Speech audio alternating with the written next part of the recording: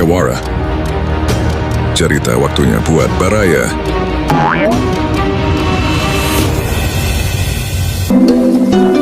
Saya mampu nggak ya mengusirnya?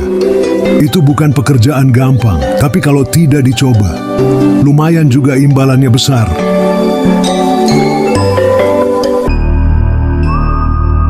Keesokan harinya Pak Rahmat mulai menjalankan rencananya. Semua persyaratan sesaji sudah ia siapkan. Pak Rahmat berkonsentrasi memusatkan pikirannya, merapalkan jampe-jampe mantranya, untuk pergi memasuki alam siluman hutan demit. Hei manusia, kenapa kamu berada di sini? Ini bukan tempatmu. Saya ingin bertemu dengan raja kalian. Ingin bertemu tuanku? Lancang sekali. Apa maksudmu ingin menemui raja kami? Ada hal penting yang ingin saya bicarakan dengan raja kalian. Hal penting apa yang akan kamu bicarakan? Tidak sembarangan orang bisa bertemu dengan raja kami. Oh, begitu ya. Tolong sampaikan kepada raja kalian, hutan ini akan saya jadikan perkebunan warga. Maka dari itu, kalian harus segera pergi dari sini.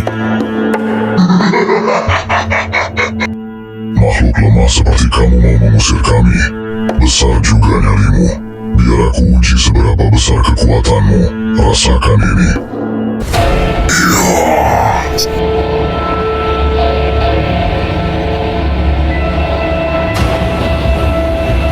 Mendengar hal itu, akhirnya jin penjaga alam siluman yang bernama Patih Holokejo marah, kemudian menyerang Pak Rahmat. Mereka berdua terlibat perkelahian yang cukup seimbang. Kekuatan dari Pak Rahmat tidaklah lemah. Beberapa serangan dari siluman itu bisa dia patahkan. Tetapi Pak Rahmat nampak kerepotan menahan serangan-serangan yang dilayangkan oleh Patih Holokejo. Bahkan, ada beberapa serangan yang mengenai tubuhnya, sehingga pertahanan Pak Rahmat mulai rapuh. Yang pada akhirnya ada satu serangan yang telak mengenai organ vital Pak Rahmat. Seketika itu langsung tumbang, dan cairan merah menyembur keluar dari mulutnya.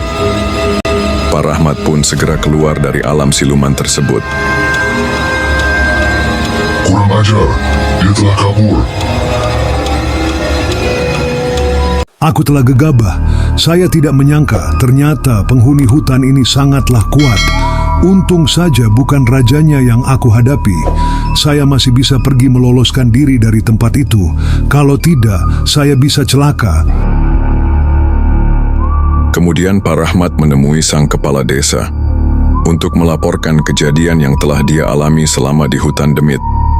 Dia menyerah dan memutuskan untuk tidak melanjutkan kembali pengusiran jin di hutan siluman tersebut.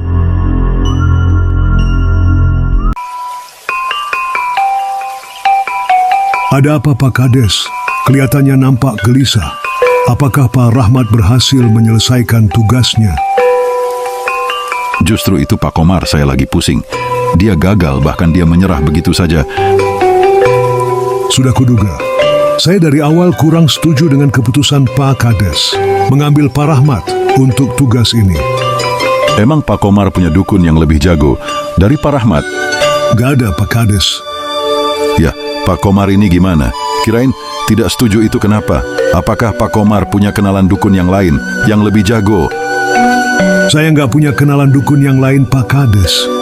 Punyanya kenalan seorang ustadz yang dikenal alim dan berilmu tinggi.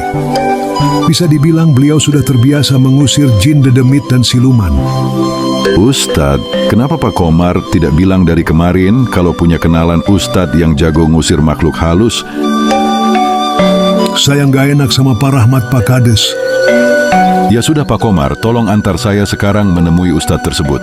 Apakah bisa? Baik, saya akan antar Pak Kades ke rumahnya. Selanjutnya keduanya pergi untuk menemui Ustadz yang Pak Komar bicarakan. Ustadz tersebut bernama Ustadz Qadir. Walaupun umurnya masih muda, beliau sudah ahli dalam mengusir jin, hantu, dan siluman. Bahkan beliau sering mengobati penyakit-penyakit non-medis dengan cara ruqyah. Singkat cerita, Pak Kades dan Pak Komar sudah sampai di rumah Ustadz Qadir. Jadi gini Saudara Qadir, kedatangan saya ke sini mau minta tolong. Apakah saudara Kodir bisa mengusir atau memindahkan makhluk gaib penghuni hutan demit? Yang katanya di tempat itu banyak hantu siluman dan jinnya. Tolong semua usir atau pindahkan semua penghuni alam gaib yang ada di hutan itu. Rencananya hutan itu akan dijadikan perkebunan buat warga. Bila saudara Kodir berhasil, Bapak akan kasih imbalan 10% dari hasil kebun itu. Gimana, Sorada Kodir? Yah, kalau memang itu untuk kepentingan para warga, saya siap untuk membantu. Saya akan coba untuk mengusirnya. Semoga saja Tuhan mengabulkan maksud Bapak. Apalagi ini buat kepentingan para warga. Akhirnya Ustadz Kodir menyanggupi permintaan Pak Kades. Setelah panjang lebar berbicara, Pak Kades dan Pak Komar pamit pulang. Dengan berharap Ustadz Kodir mampu mengusir semua penghuni alam gaib hutan demit.